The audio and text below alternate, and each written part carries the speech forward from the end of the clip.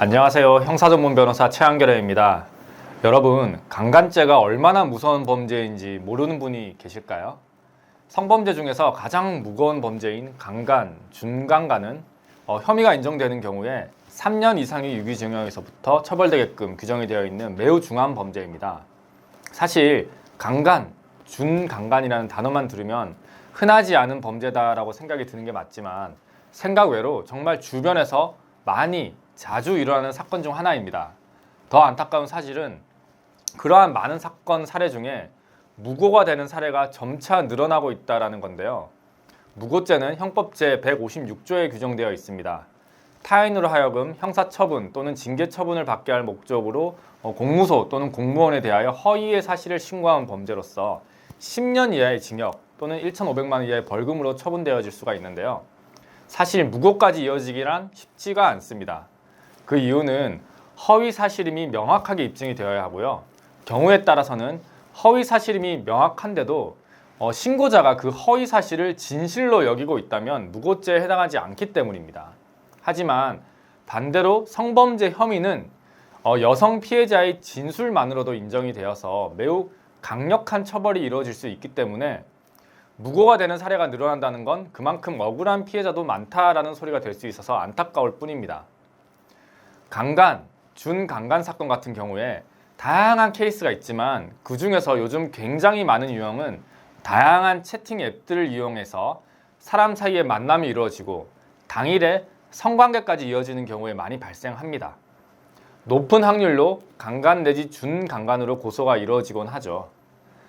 이러한 케이스의 사건을 하나 소개해 드리자면 채팅 앱을 통해 만난 남성과 여성이 당일 가볍게 술자리를 하면서 가볍게 성관계까지 가지게 되었다고 합니다. 허나 그로부터 며칠 뒤 여성이 강간으로 고소를 하게 됩니다. 이럴 경우 과연 어떻게 진행이 될 것 같으신가요? 합의하에 가진 성관계가 돌연히 강간이라는 성범죄 사건이 되고 남성은 피의자로 여성은 피해자로 전락해버린 상황에서 과연 법리대로 무혐의가 밝혀질까요? 안타깝게도 당일 성관계가 있었고 여성의 피해 진술이 있었기 때문에 남성은 피의자로서 사건의 조사를 굉장히 타이트하게 받게 됩니다. 명백한 증거가 없는 경우라면 심지어 여성의 피해 진술만으로도 혐의가 인정될 수가 있고 3년 이상의 유기징역의 처벌이 이루어질 수도 있는 굉장히 안타까운 상황이 돼버리는 겁니다. 그런데 다행히도 이 사건은 여성이 무고죄로 오히려 실형을 받게 되는데요. 도대체 어떻게 그럴 수가 있었을까요? 사실은 이렇습니다. 남성이 분위기도 좋고 대화도 잘 통했기 때문에 성관계까지 갔지만 처음 만나는 여성을 믿기 힘들었던 겁니다. 그래서 성관계 전후부터 진행 중에도 전체적인 내용을 핸드폰을 이용해 녹음을 했던 겁니다. 아마 요즘 시대가 시대인지라 이 남성분은 굉장히 준비성이 좋았던 것 같습니다. 아니면 열심히 제 영상을 시청하신 분이 아닐까 합니다. 사실 이러한 얘기를 듣는다면 오히려 남성을 비판하는 목소리가 나올 수가 있습니다. 그것도 범법이 아니냐, 처벌돼야 하는 거 아니냐 하실 수가 있겠지만 법리적으로만 따져봤을 때 단기간에 연락을 해서 만남이 이루어지고 성관계를 할 때에는 앞뒤 전후 성관계를 하는 와중에도 녹음을 하는 게 안전하다라고 말씀을 드리고 싶습니다. 여하튼 결론적으로 이 사건은 그 녹음본으로 인해서 두 사람의 성관계가 합의하에 이루어졌다는 사실을 명백히 밝힐 수가 있는 결정적인 증거가 되었고요. 여성은 무고죄로 기소가 되어버립니다. 그런데 놀라운 것은 이 여성이 이런 무고의 경험이 한 번이 아니었다라는 겁니다. 이 여성에게는 징역 6개월의 선고를 하게 되고요. 재판부는 판결을 내리면서 이렇게 얘기했습니다. 만약 남성이 녹음 파일이 없었을 경우 여성의 주장이 인정되어 굉장히 높은 형을 받게 되었을 것이다 라고 말이죠. 앞서 말씀드렸듯이 강간인 경우에 3년 이상의 유기징역의 혐의가 인정되어서 징역형이 나온다면 최소 3년이 나올 수 있다는 겁니다. 마찬가지로 무고죄 역시 10년 이하의 징역 또는 1,500만 원 이하의 벌금으로 굉장히 강력하게 규정되어 있는 반면에 처벌은 아까 말씀드린 것처럼 6개월이 그쳤습니다. 어떻게 생각이 되시나요? 남성은 처벌을 받게 된다면 3년 이상이 나올 법한 무고를 했음에도 여성은 6개월의 징역이 그쳤다. 재판부도 그 사실을 인정하지만 6개월의 선고에 머물렀다. 이 얘기는 사회적으로 성범죄의 형벌이 가볍다고 비판하는 분위기가 있지만 결코 그렇지만은 않습니다. 성범죄는 보안 처분이 따라오는 만큼 취업 제한이나 일상을 살아가며 최소 40시간의 교육 이수를 받아야 할 수도 있고요.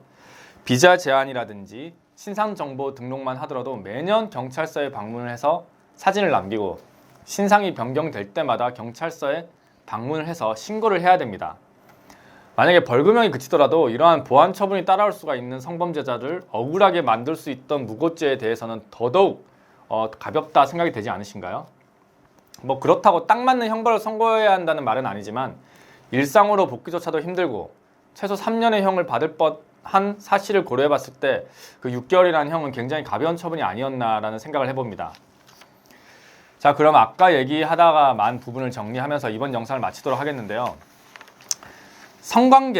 성관계 그 영상을 녹음하는 거, 영상이 아니라 성관계를 하는 것은 녹음하는 것이 범법이 아니냐, 처벌이 이루어질 수 있지 않느냐라는 얘기를 드렸습니다. 이 부분 어떻게 생각하세요? 통신비밀보호법 위반에 해당하느냐에 문제가 될 수 있느냐라고 생각하실 수가 있는데요.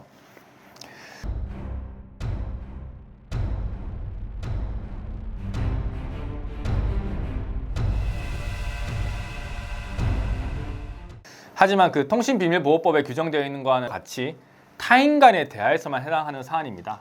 본인이 참여한 대화에 한해서는 상대방의 동의를 구하지 않고 녹음을 하더라도 처벌이 되지 않습니다. 또 그것 외에 뭐 어떤 것으로 처벌할 수 있는가, 뭐 처벌 규정이 따로 있는가, 뭐 열심히 제 영상을 시청하신 분들이라면은 카메라 등 이용 촬영죄, 뭐 통신매체 이용 음란죄 등도 한번 떠올릴 수가 있을 텐데요. 이 부분도 간단히 말씀드리자면은 카찰죄는 영상에 한해서 처벌 규정이 정해져 있으므로 음성 녹음에 해당 사항이 없습니다.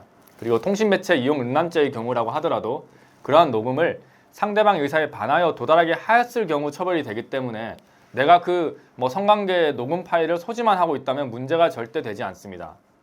허나 그 녹음한 내용을 다른 이에게 전송하거나 유포할 경우에는 형사처벌 대상이 될 수 있다는 것을 반드시 숙지하시고, 갤럭시뿐만 아니라 아이폰에서도 이러한 녹음을 할 수 있는 어플이 있다고 하니까 상황에 따라서 녹음이 필요할지도 모르겠다 할 경우에는 반드시 녹음을 해두시는 것을 추천드립니다. 자유로운 성생활을 즐기는 거야 요즘 세상에서 뭐 비난할 것은 아닙니다. 그리고 합의하에 그리고 동의하에 성관계를 한다는데 누가 말릴 수 있겠냐마는 언제 어떻게 동의하에 이루어진 관계가 돌변할지 모르는 세상이라는 것을 꼭 생각하시고 자제하시거나 추후 혹시 모를 사태에 대비해서 본인 방어용으로 녹음본을 수집해 두시는 방법도 이제는 선택보다 필수가 되어가고 있다라고 정리를 해보겠습니다. 지금까지 형사전문 변호사 최한결이었습니다. 감사합니다.